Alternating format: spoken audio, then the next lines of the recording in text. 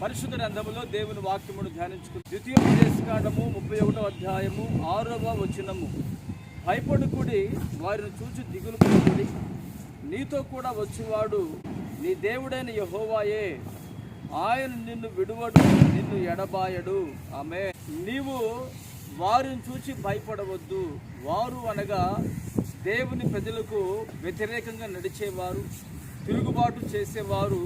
వారిని చూచట నీవు భయపడవద్దు. యేసయ్య మనతో కూడా ఉన్నవాడండి.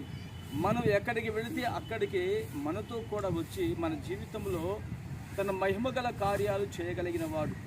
ఫర్ ఎగ్జాంపుల్ మీకు ఒక ఉదాహరణ తెలియపరుస్తాను. పేతురు చెరసాల మధ్యలో ఉన్నాడు. చెరసాల మధ్యలో ఉన్నప్పుడు అనేక మంది చెరసాల నాయకులు పేతురికి కావలిగా ఉన్నారు.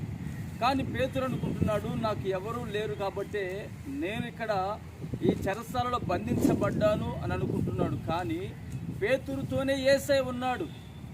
ఉండి ఏం చేశాడంటే ఆ చెరసాల అధిపతులకు, చెరసాల సైనికులకు ఘోరమైనటువంటి నిద్ర కలుగు చేసి, వారు కోమాలో పోయేంత నిద్ర కలుగు చేసి, గాఢ నిద్ర కలుగు చేసి పేతురునట్టండి ఆ చెరస నుంచి బయటికి తీసుకొచ్చాడట.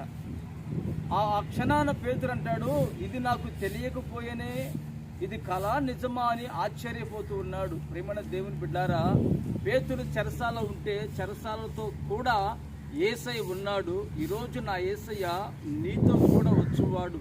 నువ్వు ఎక్కడికి వెళుతున్నా, ఏ పనికి వెళుతున్నా, వ్యాపారానికి వెళుతున్నా, చదువుకు వెళుతున్నా, ఎగ్జామ్ రాయడానికి వెళుతున్నా, నీతో కూడా వచ్చేవాడు ఆయనే.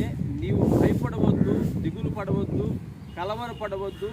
నా యేసయ్య నిన్ను విడువక నిన్ను చెయ్యి పట్టుకొని ఉన్నాడు. ఆమేన్. ప్రార్థన చేసుకుందాము. ప్రేమగల తండ్రి, పరిశుద్ధుడా, జీవాధిపతి, స్తోత్రం చెల్లిస్తున్నాము నాయన.